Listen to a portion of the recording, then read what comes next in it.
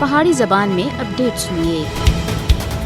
بھارت تے غیر قانونی زیر قبضہ جموں کشمیر وچ کشمیری عوام پچھلے 70 سالاں دے بھارتی حکومت دی طرف تے ریاستی دہشت گردی دا شکار ہے۔ 2014 وچ مودی دے بھارت وچ اقتدار وچ آنے تھی بعد تھی ریاستی دہشت گردی وچ کئی گنا واਧਾ ہویا۔ مقبوضہ علاقے وچ بھارتی فوجی بے دردی دے نال کشمیریاں کو جعلی مقابلہ وچ شہید کر رہے ہیں۔ جنوری 1989 تے کہن کے 31 دسمبر 2021 تک بھارتی فوجیاں دے ہاتھاں 95,948 کشمیری شہید ہوئے ہیں۔ بھارتی فوجیاں دی طرف تے نام نہاد تلاشی دی کاروائیاں، چھاپے، باندھ توڑ اور چادر اور چار دیواری دے تقدس کو پامال کرنا ہر دن دا معمول بن گیا، جس دا مقصد کشمیریوں کو انہاں دے حق خود ارادیت دی جدوجہد تھی دور کرنا۔ بھارتی جنگی جرائم دے اتے دنیا دی خاموشی نہ صرف مجرمانہ ہے بلکہ اے بھارت کو ظلم و جبر بدانے دا حوصلہ دے رہے۔ مودی حکومت مقبوضہ کشمیر اور بھارت وچ مسلمانوں دی نسل کشی دے منصوبے بنا رہا ہے،